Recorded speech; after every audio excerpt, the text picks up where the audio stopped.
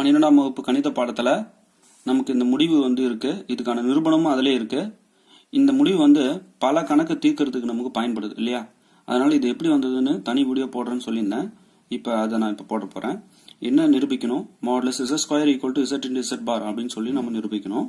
First zனா என்ன தெரிஞ்சுக்கங்க.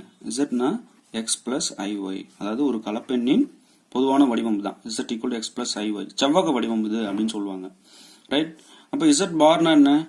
z ஓட கான்ஜுகேட் தான் z பார். கான்ஜுகேட் இதோட குறியை மட்டும் மாத்திக்கங்க. x minus iy. இது ஒரு கலப்பெண்ணா அதோட இணையன் இது x மைனஸ் iy. அதான் z பார் அப்படின்னு சொல்லி நம்ம நோட்டேட் பண்ணணும். ரைட்? இப்போ மாடுலஸ் zனா என்ன? ஆல்ரெடி நான் நிறைய தடவை சொல்லியிருக்கேன்.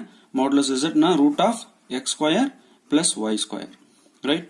இங்க கலப்பெண்ல மாடுலஸ்ன்றது எதை குறிக்குதுன்னா, அந்த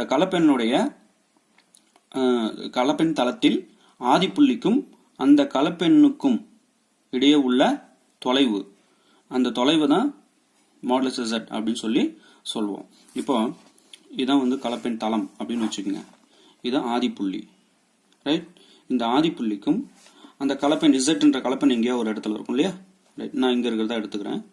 இப்போ இந்த கலப்பெண் உள்ள இந்த இடத்துக்கும் ஆதிப்புள்ளிக்கும் இடையே உள்ள தொலைவு தான் shortest distance between origin to that complex number. Right? இதான் அந்த modulus z.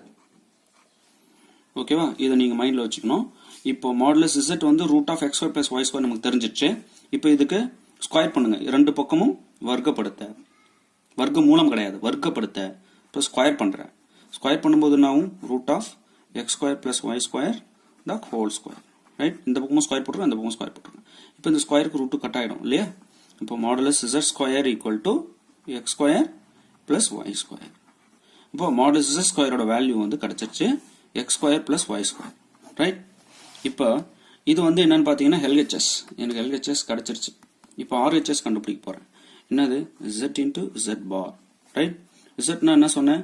x plus iy into z பார்னா என்ன சொன்னேன்? x minus iy. Right? Okay. இப்போ a plus b into a minus b மாதிரி இருக்கு இல்லையா? என்னோட a x, b iy தான் b. இதான் a, இதான் b.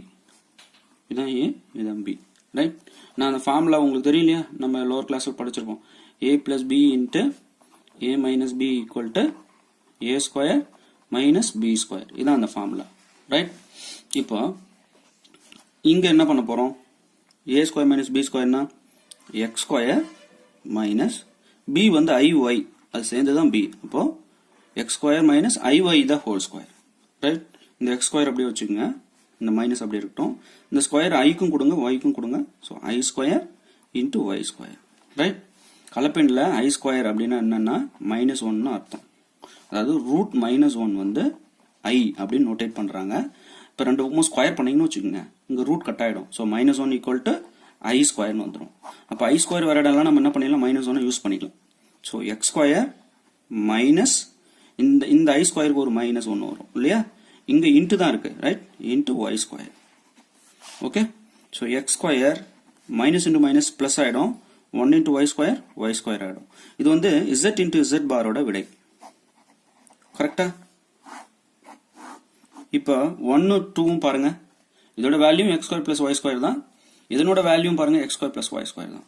ஃப்ரம் 1 and 2, 1 மற்றும் 2 இருந்து நமக்கு என்ன தெரிஞ்சிருக்கு?